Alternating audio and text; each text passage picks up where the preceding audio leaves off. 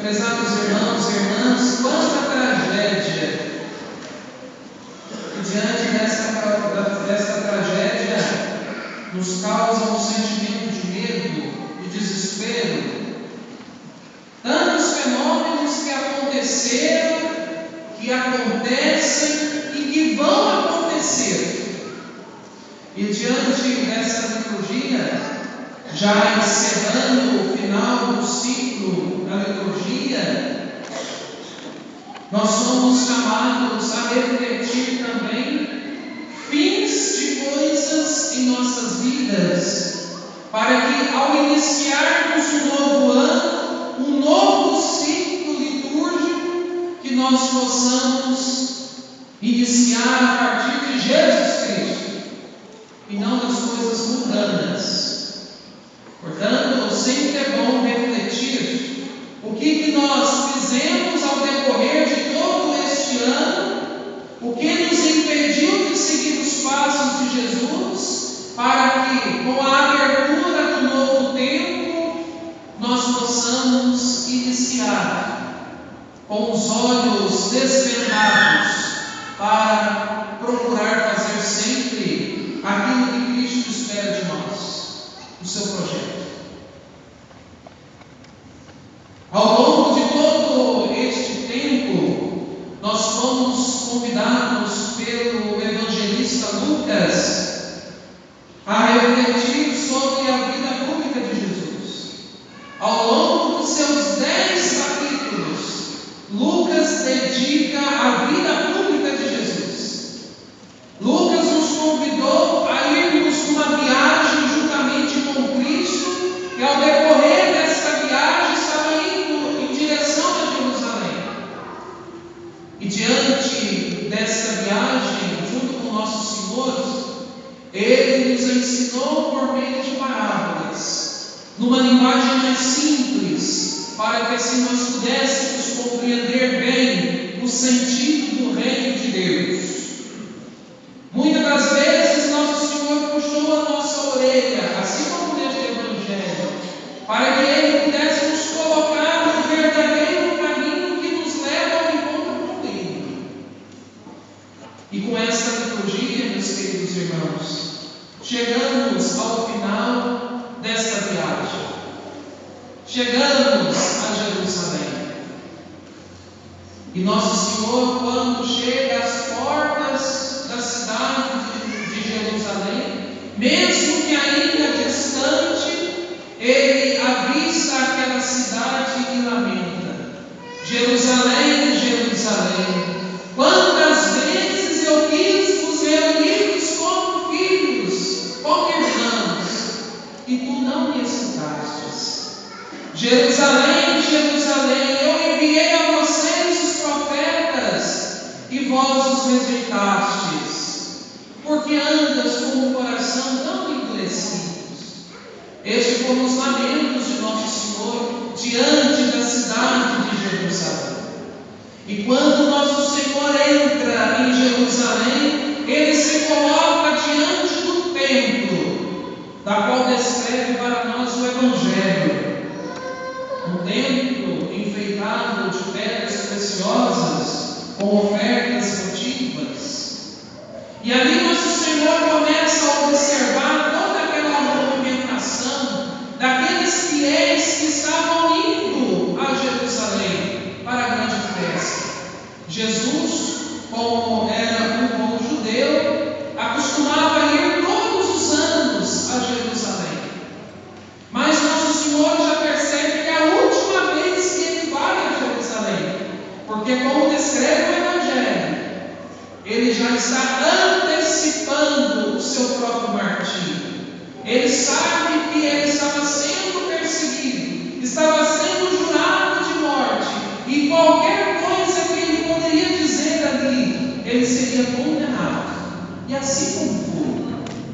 E quando nosso Senhor começa a observar toda aquela movimentação na porta do templo, e aqui nós podemos fazer uma referência com o último Evangelho que nós ouvimos no final de semana passado, quando nós éramos chamados pela igreja a refletir sobre a Catedral do Ladrão. Nosso Senhor todos os cambistas, todos os comerciantes, e ainda fala a eles: não façais a casa de meu pai uma casa de comércio.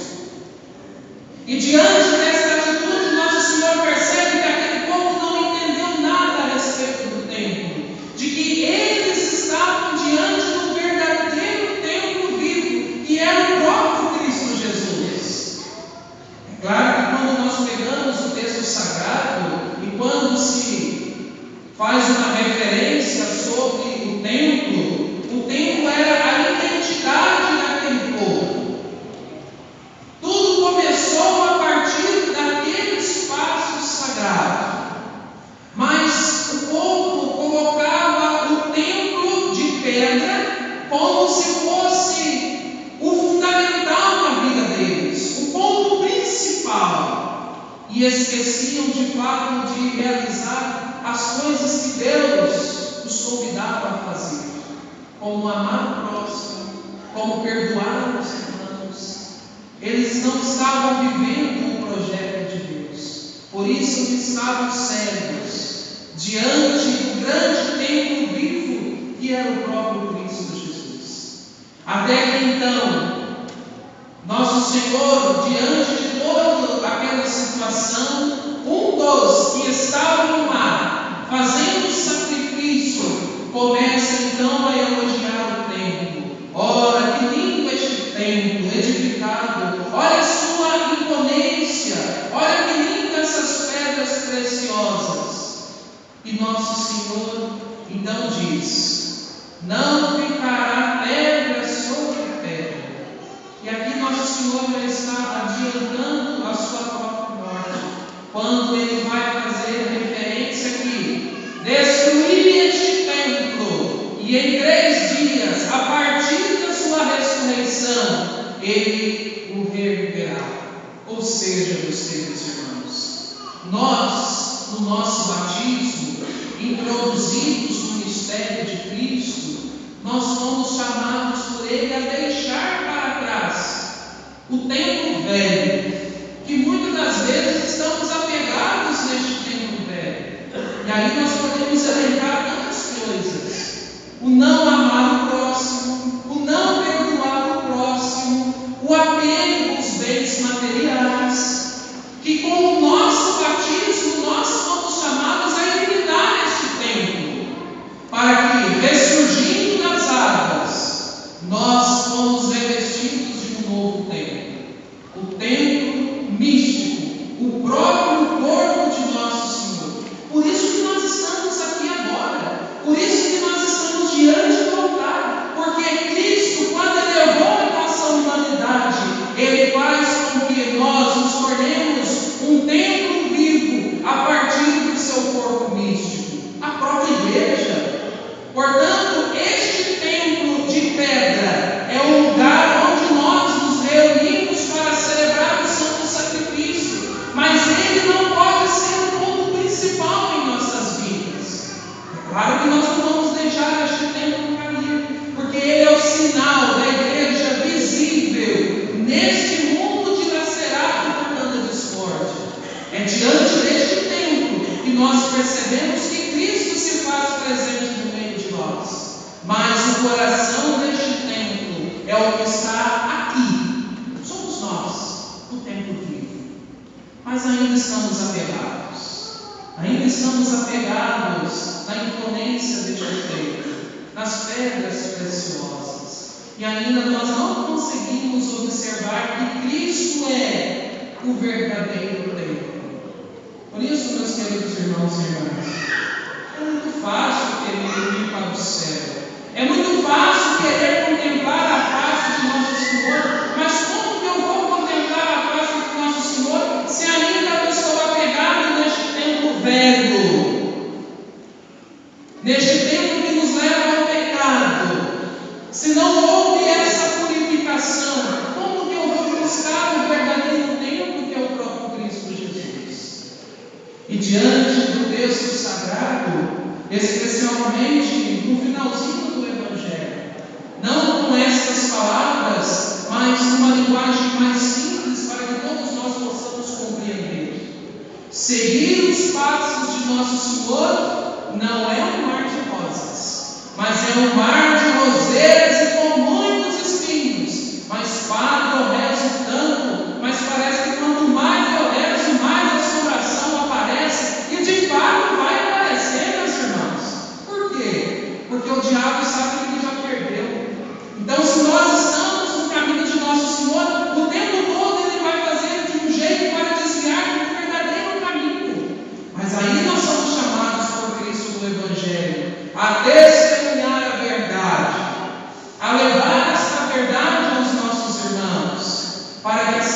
dia nós possamos adentrar no reino dos céus, assentar-se na mesa e partilhar do banquete da eternidade.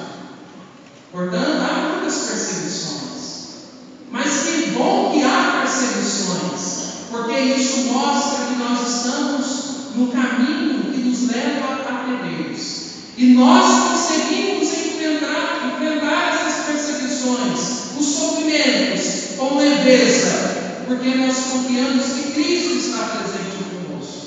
É o que nós ouvimos na primeira leitura, quando Malaquias anuncia àquele povo que estava completamente perdido, desiludido com a vida, e Malaquias então começa a mostrar para eles que a nossa confiança em Deus, que os sofrimentos são próprios deste mundo e que são passageiros, e nós os enfrentamos com leveza a partir do nosso contato que nós temos com Deus. Aí está o segredo, a vida de oração. Que possamos edificar, meus queridos irmãos, este novo templo em nosso coração. No próximo final de semana iremos celebrar o Jesus Cristo, Rei do Universo, em que nós, filhos de Deus, somos chamados a testemunhar que Cristo é o Senhor das nossas vidas, que Ele é a felicidade eterna e não as coisas passageiras.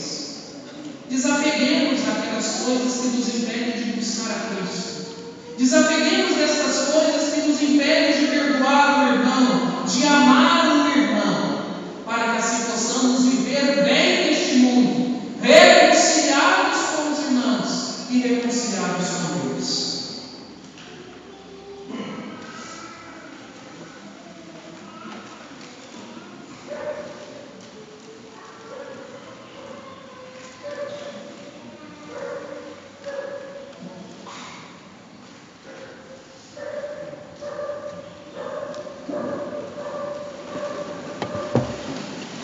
Creio